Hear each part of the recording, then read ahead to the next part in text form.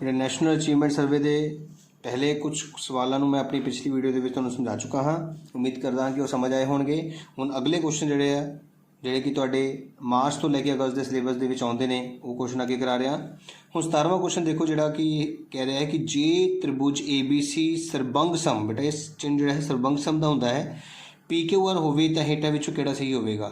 If triangle ABC is congruent to triangle PQR then which is true. ਹੁਣ ਦੇਖੋ B ਦੇ ਸਾਹਮਣੇ R ਲਿਖਿਆ ਹੈ, B ਦੂਜੇ ਨੰਬਰ 'ਤੇ, R ਦੂਜੇ ਨੰਬਰ 'ਤੇ ਨਹੀਂ ਹੈ ਨਾ, ਇਹਦਾ ਮਤਲਬ ਇਹ ਕੰਡੀਸ਼ਨ ਸਹੀ ਨਹੀਂ ਹੋਵੇਗੀ। C ਦੇ ਸਾਹਮਣੇ ਬੇਟਾ Q ਲਿਖਿਆ, ਹੁਣ ਤੁਸੀਂ ਦੇਖ ਸਕਦੇ ਹੋ C ਦੇ ਸਾਹਮਣੇ ਜਿਹੜਾ Q ਹੈ, C ਤੀਜੇ ਨੰਬਰ 'ਤੇ ਹੈ ਅਤੇ Q ਤੀਜੇ ਨੰਬਰ 'ਤੇ ਨਹੀਂ ਹੈ, ਇਹ ਵੀ ਕੰਡੀਸ਼ਨ ਸਹੀ ਨਹੀਂ ਹੋਵੇਗੀ। A ਦੇ ਸਾਹਮਣੇ R, A ਪਹਿਲਾ ਨੰਬਰ ਹੈ, R ਪਹਿਲਾ ਨੰबर नहीं है, ये भी सही कंडीशन नहीं होगी।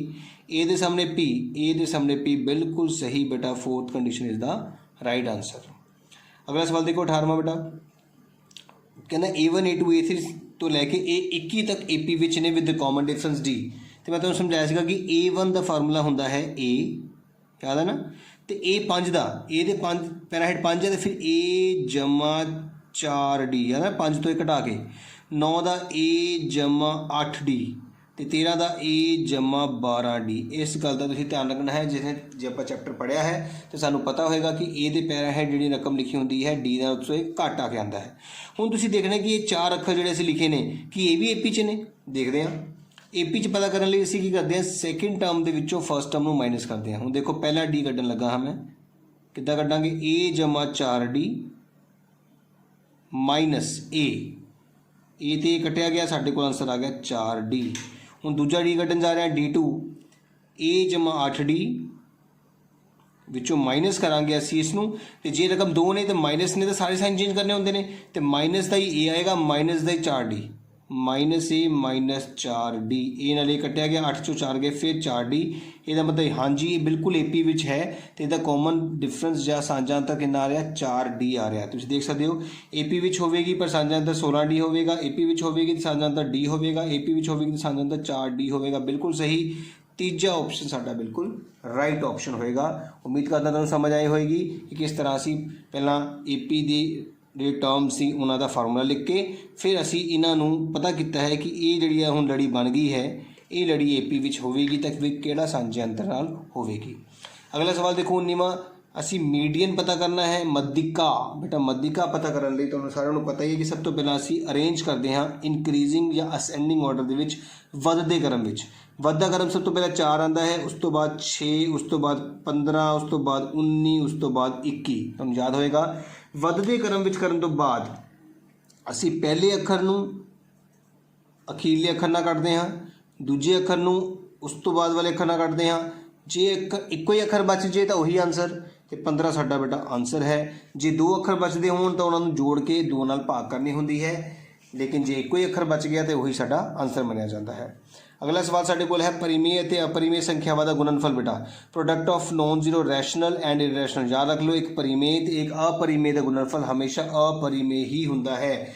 ਤੁਹਾਨੂੰ ਪਤਾ ਹੈ ਕਿ 2 ਨੂੰ ਜੇ ਮੈਂ ਵਰਗਮੂਲ 3 ਨਾਲ ਗੁਣਾ ਕਰਾਂ तो 2 वर्गमूल 3 आता है ना, 2 परिमेय है तो वर्गमूल 3 अपरिमेय है, पर गुणा करके जो आंसर आया वो अपरिमेय ही होता है, ऑलवेज इरैशनल पहला आंसर। उस तो अगला सवाल बेटा साडा सिलेबस के विच अजे नहीं है, 12वां चैप्टर है साडा, इस करके हुण आपां अगला सवाल करते हैं। 24वें सवाल से कह रहे हैं कि डिस्टेंस बिटवीन द 2 पॉइंट्स, विचकार दूरी तो आपां 7वें चैप्टर के विच पढ़िया ही है कि जदों भी तुसीं A ते B दे विचकार दूरी पता करनी होवे तो सब तो पहला तुसीं पहला अखर लिखना है -2, तो उस पहले अखर ने पहले अखर को जाना है तो उसका साइन चेंज कर देना है -5 दी घात 2 प्लस, फिर दूजा अखर लिखना है 3 ने जाना है ये -8 दे कोल, पर -8 नहीं लिखांगे असी, +8 लिखांगे, साइन चेंज करके लिखना होंदा है घात 2। तो सारे पता है कि माइनस माइनस प्लस होंगे ने, मतलब 7 की घात 2 आ गया तो 11 की घात 2 आ गया। 7 की घात 2 होंदा है 49 तो 11 का 121, तो वर्गमूल दे विच बेटा तुहाडे कोल आ गया है 49 170, जो कि तुहाडा पहला ही ऑप्शन है आंसर। उम्मीद कर रहा है तुहानूं समझ आ रही होएगी।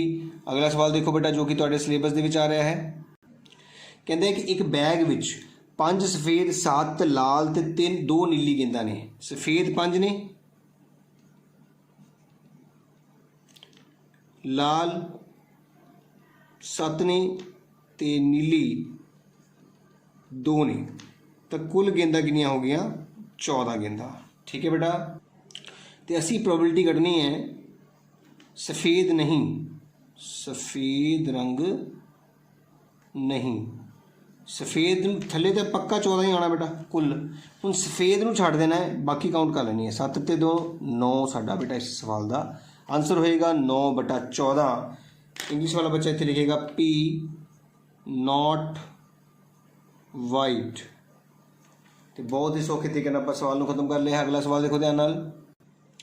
दो घाती समीकरण जिस दे शिफर 3 ਅਤੇ 4 हैं। देखो सानूं दो शिफर दिते गए हैं, एक 3 ते एक 4। पहले शिफर का जोड़फल पता कर लो। एस कितना है 3 + 4 कितना आ गया 7। फिर P शिफर का गुणनफल 3 × 4 इसनूं कहने 12। तो फार्मूला सीगा x की 2 - SX + P, x की 2 माइनस जोड़फल आया है 7, P आया है 12। तो x की 2 - 7x + 12 साडा पहला ही बेटा आंसर होवेगा इस सवाल का। जे AP का nवां पद 6n - 4 होवे, nवें पद नूं असीं a दे पैरां हेठ n लिखते हैं बेटा, वो सानूं 6n - 4 दिता होया है। तो सांझा अंतर पता करना है। तो असीं सब तो पहला n की थां 1 भर लो, 6 1 - 4, 6 - 4 किन्ने आ गए 2। फिर n नूं 2 भरो, a2 कढ लो, 6 ब्रैकेट विच n की थां की आ गया 2 -4, 6 दूनी 12 विचों 4 गए 8। इस तरह तुसी A1 पता किया है 2 तो A2 पता किया है 8। तो सारे नूं पता D कड्ढण लई असी A2 दे विचों A1 घटाने हैं, मतलब 8 चों 2 गए 6 साडा दूजा आंसर होवेगा। जे समीकरण AX की 2 + BX + C = 0 के मूल बराबर होण, हुण मूल बराबर होण तां C कितना होवेगा। ध्यान देखना है, मूल जो बराबर होंदे मैं तुहानूं दस्सिया सीगा कि D = 0 हुंदा है, मतलब B की 2 - 4AC किहदे बराबर होंदा है 0 दे। ਇਹਦਾ मतलब B की 2 किहदे बराबर हो गया 4AC दे। तो C का मूल पता करने लिए 4 नूं नीचे भेजता, B की 2/4A किहदे बराबर आ गया C दे। तो C किहदे बराबर आ गया B की घात 2/4A दे, जो कि साडा चौथा ऑप्शन है। अगला सवाल देखो, समीकरण विच शिफरां दा गुणनफल पता करना बेटा। तुहानूं याद होएगा कि मैं तुहानूं समझाया सीगा कि AX की 2 + BX + C दे विच शिफरां का जोड़फल जो होंदा है अल्फा + बीटा वो होंदा है -B/A, मतलब दूजी रकम के बाद थले रकम पहली। गुणनफल विच की होंदा है C/A, मतलब तीजी रकम बटा पहली रकम। तो इधर फिर गुणनफल की होगा, तीजी रकम है C - A तो पहली रकम है A - B। तो ये देख सकते हो C - C/A - B साढ़े कोल तीजा ऑप्शन आ गया है। अगला सवाल देखो ध्यान नाल बेटा। AP -5 -2 1 सोन टू दे पहले 10 पदां दा जोड़फल, find the sum of the first 10 terms of this AP। तो सारिਆਂ ਨੂੰ पता बेटा कि SN का जो साडा फार्मूला है वो SN का फार्मूला होंदा है n/2 2A = n-1D। 5वें चैप्टर ਦੇ ਵਿੱਚ ਅਸੀਂ पढ़िया है SN का फार्मूला n/2 2A = n-1D 5.3 अभ्यास ਦੇ ਵਿੱਚ। ਹੁਣ n ਸਾਡੇ ਕੋਲ ਕਿੰਨਾ ਹੈ 10 ਪਦਾਂ, मतलब n ਸਾਡੇ ਕੋਲ 10 है, 10/2 ब्रैकेट 2 ये साढ़े कोल कितना है, पहली रकम बेटा -5 है, इस करके ब्रैकेट दे विच लिखांगे माइनस की गिनती माइनस जमा n साढ़े कोल 10 है, 10 - 1 D कितना पता करते हैं, तुहानूं मैं दस्सिया सीगा इस लड़ी का A साढ़े कोल -5 होवेगा तो D पता करने लिए असीं दूजी रकम नूं सेम लिखते हैं तो पहली रकम का साइन चेंज कर देने हैं +5। तो D साढ़े कोल 3 आ गया है, असीं इत्थे 3 पर आ गए, ब्रैकेट बंद हो जाएगी। 10/2 साढ़ा 5 होंदा है कट के, 5 दूनी 10 माइनस दे 9 तिया 27, 27 प्लस का है 10 माइनस का है, इस करके साढ़े को 17 आ गया है। 17 पंजा गुणा करके 85 आता है, इस करके साडा पहला आंसर होगा इस सवाल का। हुण अगला सवाल देखो, दो घाती समीकरण के शिफर पता करने ने बेटा। The zeros of the quadratic polynomials are, दोने प्लस दे होणगे, पॉजिटिव धनात्मक होणगे, दोने नैगेटिव दोने ऋणात्मक होणगे, एक पॉजिटिव एक नैगेटिव एक धनात्मक एक ऋणात्मक होगा, जब दोने बराबर होणगे पर उन्होंने चिन्ह वखरे वखरे होणगे, एक प्लस का एक माइनस का होगा। असीं देख लेने हाँ, ध्यान नाल देखियो बेटा। असीं जदों इधर शिफरां का जोड़फल पता किया, शिफरां का जोड़फल का फार्मूला तुहानूं सारिआं नूं आंदा है, वो हुंदा है -B/A, ठीक है, जिसनों असीं S बोलते हाँ, -15/3, ठीक है ना। तो वो साढ़े कोल आ गया है -5। तो P मतलब प्रोडक्ट शिफरां का गुणनफल जो हुंदा है C/A, याद रखना दूजे नाल पहले नूं ते तीजे नाल पहले नूं करना हुंदा है 12/3, ਜੋ ਕਿ ਸਾਡੇ ਕੋਲ 4 ਆ ਗਿਆ ਹੈ ਪਲੱਸ ਦਾ। ਹੁਣ ਤੁਸੀਂ ਸੋਚੋ ਦੋ ਰਕਮਾਂ ਨੂੰ ਜੋੜ ਕੇ ਮਾਈਨਸ 'ਚ ਆਂਸਰ ਆ ਰਿਹਾ ਹੈ ਤੇ ਗੁਣਾ ਕਰਕੇ ਪਲੱਸ 'ਚ ਆਂਸਰ ਆ ਰਿਹਾ ਹੈ। ਇਹਦਾ ਮਤਲਬ ਕੀ ਆਇਆ ਕਿ ਦੋਨੇ ਰਕਮਾਂ ਸਾਡੇ ਕੋਲ ਮਾਈਨਸ ਦੀਆਂ ਹੋਣਗੀਆਂ, ਕਿਉਂਕਿ ਜਦੋਂ ਦੋ ਰਕਮਾਂ ਮਾਈਨਸ ਵਿੱਚ ਹੁੰਦੀਆਂ ਨੇ -2 ਗੁਣਾ -2 ਤਾਂ ਉਹਨਾਂ ਨੂੰ ਗੁਣਾ ਕਰਕੇ ਆਂਸਰ ਪਲੱਸ ਵਿੱਚ ਆਉਂਦਾ ਹੈ, ਲੇਕਿਨ ਜੋੜ ਕੇ ਆਂਸਰ ਮਾਈਨਸ ਵਿੱਚ ਆਉਂਦਾ ਹੈ। ਇਸ ਕਰਕੇ ਇਸ ਗੱਲ ਦਾ ਧਿਆਨ ਰੱਖਣਾ ਹੈ ਕਿ ਸਾਡੇ ਕੋਲ ਦੋਨੋਂ ਹੀ ऋणात्मक ਹੋਣਗੇ ਬੇਟਾ। ਇਹ ਸਾਡਾ ਇਸ ਸਵਾਲ ਦਾ ਆਂਸਰ ਹੋਵੇਗਾ। ਅਗਲਾ ਦੇਖੋ ਬੇਟਾ, ਸਮੀਕਰਨ ਦੇ ਗ੍ਰਾਫ समांतर होणगियां, संपाती लाइनां होणगियां या इंटरसैक्टिंग होणगियां। ਅਸੀਂ ਤੁਹਾਨੂੰ ਸਾਰਿਆਂ ਨੂੰ ਪਤਾ ਹੈ ਕਿ ਅਸੀਂ ਸਭ ਤੋਂ ਪਹਿਲਾਂ ਕੀ ਕਰਦੇ ਹਾਂ, ਅਸੀਂ a1/a2 ਕੱਢਾਂਗੇ ਜਿਹੜਾ ਹੈ 2/1 ਕੌਮਾ, ਫਿਰ ਅਸੀਂ b1/b2 ਕੱਢਾਂਗੇ ਜਿਹੜਾ ਹੈ 1/-2। ਹੁਣ ਤੁਹਾਨੂੰ ਸਾਰਿਆਂ ਨੂੰ ਪਤਾ ਹੈ ਕਿ ਇਸ ਦਾ ਮਤਲਬ ਕੀ ਹੋਇਆ ਕਿ ਇਹ ਰੇਖਾਵਾਂ ਆਪਸ ਵਿੱਚ ਕੱਟਣਗੀਆਂ, ਕਿਉਂਕਿ a1/a2 b1/b2 ਦੇ ਬਰਾਬਰ ਨਹੀਂ ਆਇਆ ਹੈ। ਹੁਣ ਜੇ ਇਹ ਰੇਖਾਵਾਂ ਆਪਸ ਵਿੱਚ ਕੱਟਣਗੀਆਂ ਤਾਂ ਸਾਡਾ ਤੀਜਾ ਆਂਸਰ ਵੀ ਹੋ ਸਕਦਾ ਹੈ ਤੇ ਚੌਥਾ ਆਂਸਰ ਵੀ ਹੋ ਸਕਦਾ ਹੈ ਨਾ। ਤੇ ਕਿੱਦਾਂ ਪਤਾ ਲਗਾਵਾਂਗੇ?